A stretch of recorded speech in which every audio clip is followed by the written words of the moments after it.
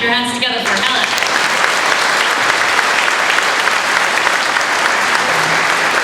Our sixth and final inductee tonight, Mr. Gordon Red Batty.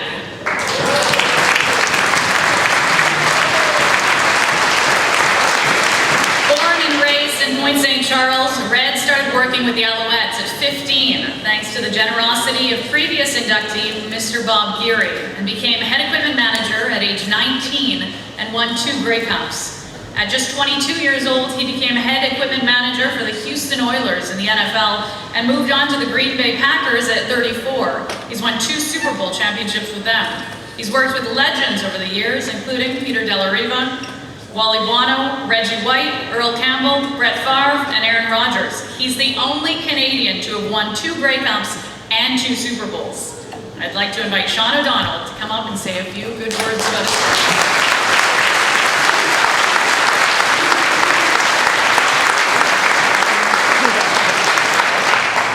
Thank you, Chantel. I was going to start off with good afternoon, but should I be saying good evening yet? Good afternoon, ladies and gentlemen. Before I begin, I want to congratulate all these wonderful inductees into the Hall of Recognition, and I want to thank the committee. They do wonderful work, and these people here have done wonderful work for us growing up, so I want to thank them, and I'm very proud to introduce my dear friend today, Gordon Red Batty. Before I talk about Red, I want to welcome his lovely daughter, Chelsea, all the way from Green Bay, who traveled with him. Welcome, Chelsea.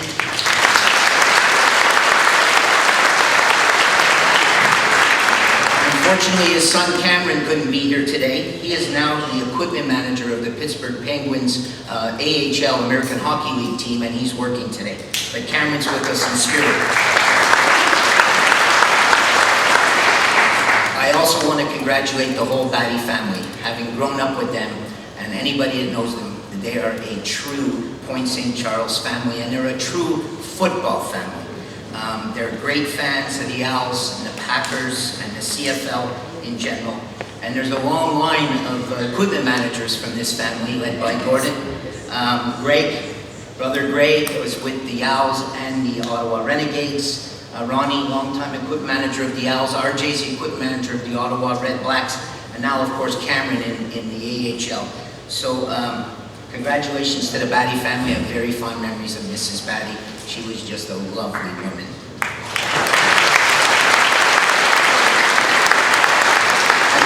I'd like to begin by asking a question. Do you believe in fate? Silence. I do. And I believe Gordy Batty's story is one of fate. In the summer of '73, a bunch of us, including Gordy and Greg, hung around the Autostad religiously.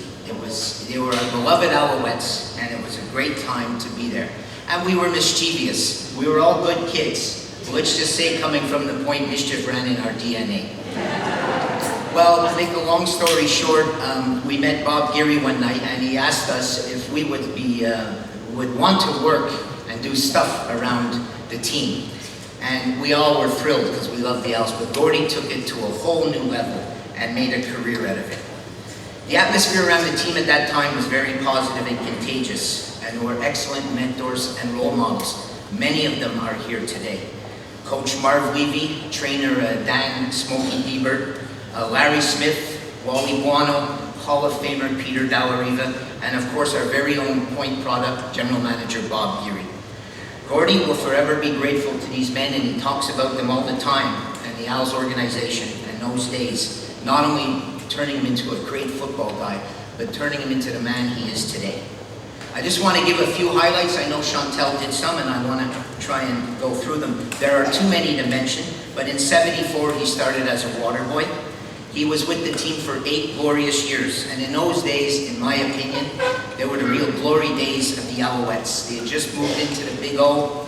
They were having crowds of 50-plus fans at every single game. They had 5 Grey Cups in 6 years. There were pa bands after every win, and there were many wins, and there were a lot of these great mentors.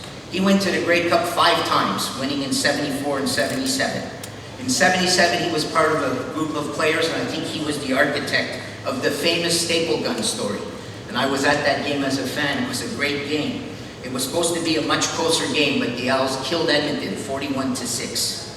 And they did it because most or all of their skilled players had staples through their cleats. And Susan and her mom played a little bit in this too. They got on the metro with roasting pans and Ajax and brought it up to Gordy, and he thawed out all the cleats. And then thankfully, the Big O at that time had no roof. It was always under construction, so there was a lot of staple guns laying around, and he managed to drill them through the cleats. All that to say, this is part of CFL legend now, and they won the game. Then in '78, he became the full-time equip manager, 19 years old, the youngest in the CFL. In '81, at age 22, he became the full-time equip manager of the Houston Oilers, youngest ever in the NFL. In 13 years of yours, he went to the playoffs 7 times. In '94, he got a call from the Packers. It was a good fit, they were a storied organization, and he already had their initials, so he went. In '96 and '97, he went to back-to-back Super Bowls, winning in '96. In 2010, they won again with Aaron Rodgers, making him, to my knowledge, the only person, I think, ever in football history that has 2 Grey Cup rings and 2 Super Bowl rings. You might say Red was really lucky to be a part of some great winning teams, but I think those teams were very lucky to have Red. And currently, he's in his 46th consecutive season in pro football. The Owls, Oilers, and Green Bay Packers. That's incredible. He has worked with some of the greatest names in football history, and many of them are here today, including also Johnny Rodgers, Tony Proudfoot, Billy White Shoes Johnson, Warren Moon, Earl Campbell, Reggie White, Brett Favre, Aaron Rodgers, and many more. He's also worked with a total of 72 Hall of Fame football people, 44 in the NFL, 28 in the CFL. These people were very influential in his life, and he's never forgotten them. He's forever grateful to them. He never forgot his roots either. I can assure you, he never forgot the wonderful opportunities he got here from this community, from Point St. Charles, and from Bob Geary. Like a true pointer, he always looks out for the underdog, and I know especially he takes care of younger kids, and he dedicates a lot of his time to supporting minor football and helping kids get to where they want to go. He's given back to numerous minor sports programs, and he spent hours training and teaching parents and coaches how to fit kids properly, especially for helmets. And he always is talking about helmet and equipment safety. He loves to give kids advice, and he loves to give that rare experience to kids, where he will just take sometimes random kids and bring them into the locker room to meet pro players. He says he loves to look at their eyes when they light up the way his used to light up in the '70s. And I would argue as they still light up today. Watching him work his magic with players, coaches, and staff in the dressing room in game action is like watching a kid in a candy store. I would argue there is nobody in this world that loves his job more than Red Batty. He's a master of his craft. He's a consummate professional. He's always been considered, and not that he's told me this, but I've heard it and seen it from everyone, that he's the best equipment manager in the game, period. And because of that, the NFL contracts him to do a lot of work in the off-season too. So a lot of the stuff they put on, like the NFL fan experience, he actually puts together. He's also run Wayne Gretzky's fantasy hockey camp in Las Vegas for many years, and I always wonder, with all Gretzky's hockey connections and experience, he couldn't find a hockey guy to run his camp? But he probably could have found many, but none of them would have been as good as Red Batty. It reminds me though of hockey, so we're talking about cold weather. I'll try and tell this story quickly, but I think it's important. Gordy's obsessed with a thing, and he had to beat the Buffalo Bills back in the '80s.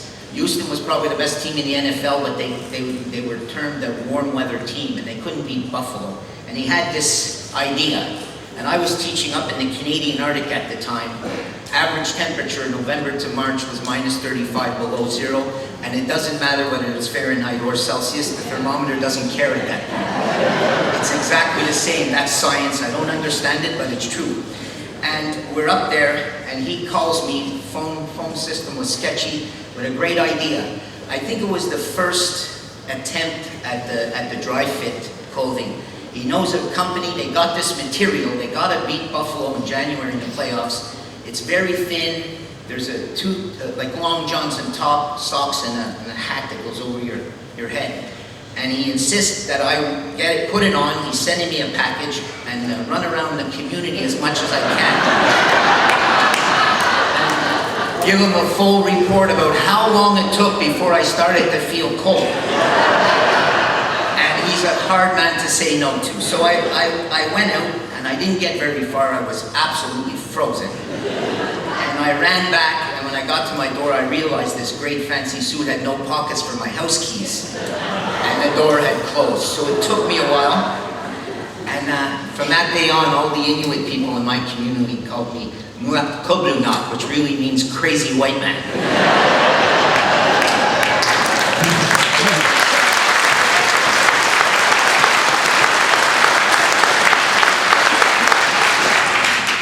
So, Red had some other successes, though. I don't want you to think he didn't. One of his successes was Douglas shoulder pads. And in a short, brief time, I remember in the 1990s, this family from Texas approached him. They had this great prototype shoulder pad. He sent it to me. Again, he was gung-ho. He asked me for my nephew, Chris, to try it on, who was playing Lakeshore football. And he said, this is going to take off. And I really was skeptical. And I said, I hope it's better than the underwear. And he said, it is. And he asked me to have my nephew try it. And he said to me, and I'll never forget his exact words, it may take a while, but in a few years, you watch, every football program will be wearing Douglas shoulder pads. If you watch US college football and NFL football, and a lot of CFL teams now too, they're all wearing Douglas. And Red helped pioneer that company and get them to where they are today. And just right up there with his love of his job and his passion for helping others and giving people that wonderful experience that only he can give, those priceless tours of NFL and CFL locker rooms, is his love for the point. And I want to assure you, we've kept in close contact and see each other and talk a lot. He has never forgotten where he came from. He has never forgotten his roots. As a matter of fact, I think throughout the NFL and other leagues, because he's well known in the big leagues, people know about the point. Just recall another quick story. I went on a break, couldn't go, and I went to help him at an NFL experience camp in the summer in LA and San Diego, and we met a lot of celebrities, I guess, from the NFL: John Madden, Al Michaels, Mike Pereira, Fox, and Philip Rivers in San Diego. And two things came out. We're talking to Philip Rivers in the locker room. He's so excited, Red there. He came off the practice field to see Red, and they're talking. And he starts kind of talking about, his hopes for the year. And Red, in his booming voice there, says, I told you, Philip, if you guys don't develop some Point St. Charles toughness, you're never going to make the playoffs. And I said, he didn't just say that to Philip Rivers, did he? He's a Hall of Famer, and he's one of the toughest gritty quarterbacks in the league, but he did. And Philip Rivers took it with pleasure. And Mike Pereira in LA pulled me aside. He's the referee expert. You see him more and more because they're always reviewing plays now. But Mike Pereira pulled me aside on purpose. It was a big gala event. Red was hosting this big NFL experience and lots of VIPs. And he said, I just want to tell you, the NFL's like Hollywood. There's really a lot of egos and there's a lot of characters in this business. You're really fortunate. Your friend is the true deal. He's the real deal, and he's well respected. And I said, Mr. Pereira, I know that, but thank you very much for telling me. And it was really sincere, and it really brought home how well respected Red Batty is. He's not lived in Montreal for 40 years, but he's kept in touch. He loves the point. His passion, his devotion, his sense of humor for talking about the point always shines through. And he has many sayings, multiple sayings. But here's four I love. I've been at a game, on a Monday night football game with him. I was the water boy. I was the oldest water boy in NFL history. But I got onto the field and I got to see the game. And he's yelling during the warm-ups, AOD, not bad for a kid from the point, eh? And then another time, if guys are giving him a hassle, he'll say to me, don't worry about it. I'll show them how we used to do it at Leo's Boys. That'll fix them. And he's one of my favorites. We're a long way from Ash Park, baby. And then I often ask him about players, especially if I like a player. I'll say, how is he to work with? Does he have an attitude? And he'll go, Yeah, that player has an attitude, but nothing that Bob Geary couldn't fix. So there's lots of good stories about Red. He never forgot where he came from. He never forgot how to help people. I know way back to the 70s and all through the years, people called him up. Someone mentioned about the Jacques Grise story, Kevin did. Call Red. Red, I need this, I need help with that. Can you get me some auction items? Can you get some players to come and present to my kid's banquet? He does it. He works non-stop. He has a non-stop motor. I'm sure I'm not going to look over at him. He's probably rocking right now while I'm talking. He never stops, ever. But in conclusion, I just want to say he's proud of his work. He's proud of where he came from. He's a real celebrity. If you're around him in the NFL, it's always a real celebrity. But he doesn't think that. He just thinks he's a humble guy from Point St. Charles.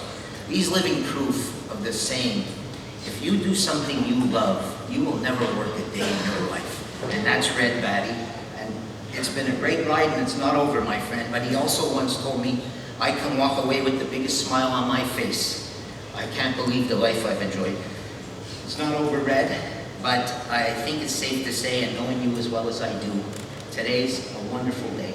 Today's honor of being inducted into Point St. Charles Hall of Recognition with your mom, who's also a wonderful community member, is clearly one of the greatest moments of your life amongst many great moments, and completely well-deserved. So congratulations.